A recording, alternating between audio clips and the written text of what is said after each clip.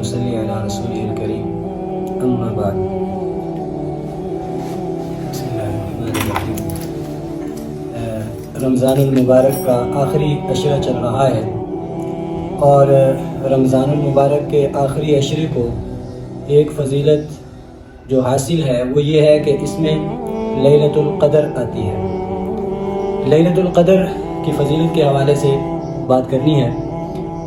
لیلۃ القدر، قدر کا معنی ہوتا ہے شرف، عظمت، اور یہ ایسی عظمت والی فضیلت والی رات ہے کہ اس سے پہلے جو آدمی اپنی بے عملی کی وجہ سے بے قدرہ ہو چکا ہوتا ہے، اس کی کوئی قدر نہیں ہوتی، اس رات میں توبہ اور استغفار کر کے اللہ کی عبادت کر کے وہ بھی صاحب قدر و منزلت بن سکتا ہے۔ شب قدر، لیلۃ القدر، اس کا پس منظر کیا ہے؟ ایک صحابی فرماتے ہیں کہ رسول اللہ صلی اللہ علیہ وسلم نے بنی اسرائیل کے ایک آدمی کا تذکرہ کیا اور فرمایا کہ اس آدمی نے 1000 مہینے اس طرح گزارے کہ دن بھر وہ جہاد کرتا اور ساری رات اللہ کی عبادت میں مصروف رہتا۔ اسی طرح اس نے 1000 مہینے گزار دیے۔ تو یہ بات سن کر صحابہ کرام رضوان اللہ علیہ مجمعین کو بڑا تعجب ہوا۔ بنی اسرائیل میں لوگوں کی عمریں زیادہ ہوتی تھی اور اب یہ ہے کہ اوسط 60-70 سال کی عمر ہوتی ہے، تو اب یہ فضیلت ہم تو نہیں حاصل کر سکتے، تو اللہ پاک نے سورہ قدر نازل فرما دی۔ انا انزلناہ فی لیلۃ القدر وما ادراک ما لیلۃ القدر لیلۃ القدر خیر من 1000 شہر تنزل الملائکۃ والروح فیہا باذن ربہم من کل امر سلام ہی حتی مطلع الفجر، کہ یہ لیلۃ القدر ایسی رات ہے جو 1000 مہینوں سے بہتر ہے۔ 1000 مہینوں سے بہتر ہے، یہ نہیں فرمایا کہ 1000 مہینوں کے برابر ہے، بہتر فرمایا۔ اور کتنی بہتر ہے؟ 10 گنا بہتر ہے، 50 گنا بہتر ہے، 100 گنا بہتر ہے، جس کو خود خداوند تعالی بہتر فرما رہے ہیں۔ کتنی بہتر ہوگی انسانی عقل سوچ بھی نہیں سکتی۔ 1000 مہینوں سے بہتر۔ اب 1000 مہینوں کے 83 سال کم و بیش بنتے ہیں، 83 سال 4 مہینے، تو اب اتنی آدمی کی عمر بھی نہیں ہوتی۔ گویا کہ یہ ایک رات ایک طرف اور انسان کی ساری زندگی ایک طرف۔ جو آدمی کچھ نہیں کر سکا اس ایک رات میں اللہ سے معافی مانگ لے، توبہ اور استغفار کر لے اور اللہ کے سامنے گڑ گڑا کے اپنے گناہوں پر نادم ہوتے ہوئے اللہ سے بخشش کا طلبگار ہو، تو اللہ پاک کی ذات سے یہ امید ہے کہ اللہ پاک اس کو ضرور معاف فرما دے۔ اس لیے یہ ایک رات ایسی ہے، اللہ پاک نصیب فرما دے تو آدمی کو انگاروں پر کھڑے ہو کر بھی، کانٹوں پر چل کر بھی اس رات میں آدمی کو عبادت میں گزارنا پڑے تو گزارنا چاہیے۔ یہ سستا سودا ہے۔ اب یہ رات کب ہوتی ہے تو اس کے بارے میں علماء فرماتے ہیں کہ یہ رمضان کے آخری عشرے کی طاق راتوں میں ہے۔ رمضان کے آخری عشرے کی طاق راتوں میں ہے۔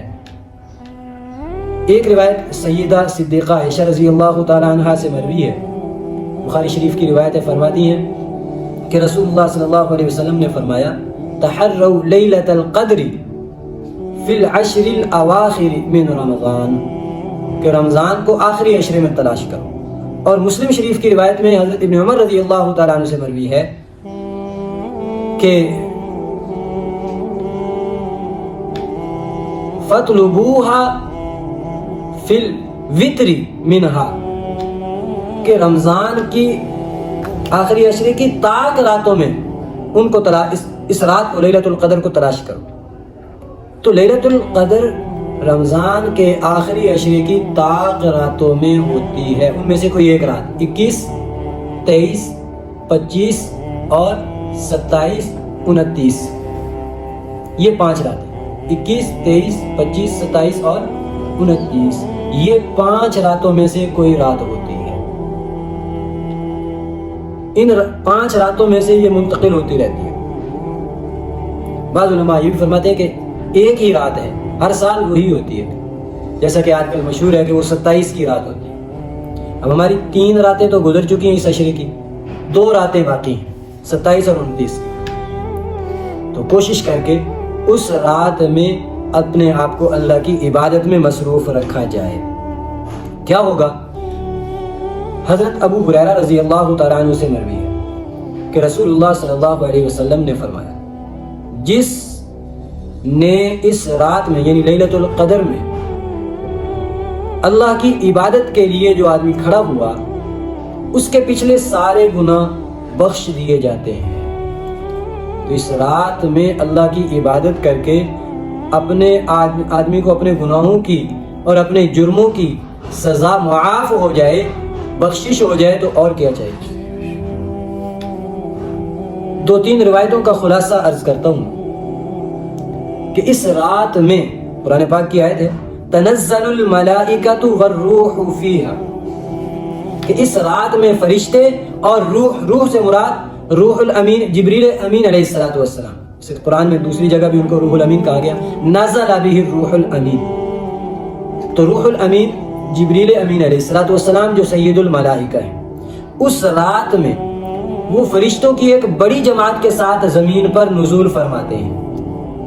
اور ایک روایت میں ہے کہ اس رات میں ان کے ساتھ جو فرشتے آتے ہیں وہ فرشتے ہوتے ہیں جن کا مقام سدرۃ المنتہا پر ہے. اور سدرۃ المنتہا وہ مقام ہے جس سے اوپر فرشتوں کا آنا جانا بند ہے، عند سدرۃ المنتہا. تو اس عالی مقام کے فرشتے اس رات میں امت محمدیہ کے لیے زمین پر اترتے ہیں. جبریل امین علیہ الصلوۃ والسلام کے ہاتھ میں ایک جھنڈا ہوتا ہے جس کو وہ بیت اللہ پہ آ کے گاڑ دیتے ہیں، اور پھر فرشتے پوری زمین کا چکر کاٹتے ہیں.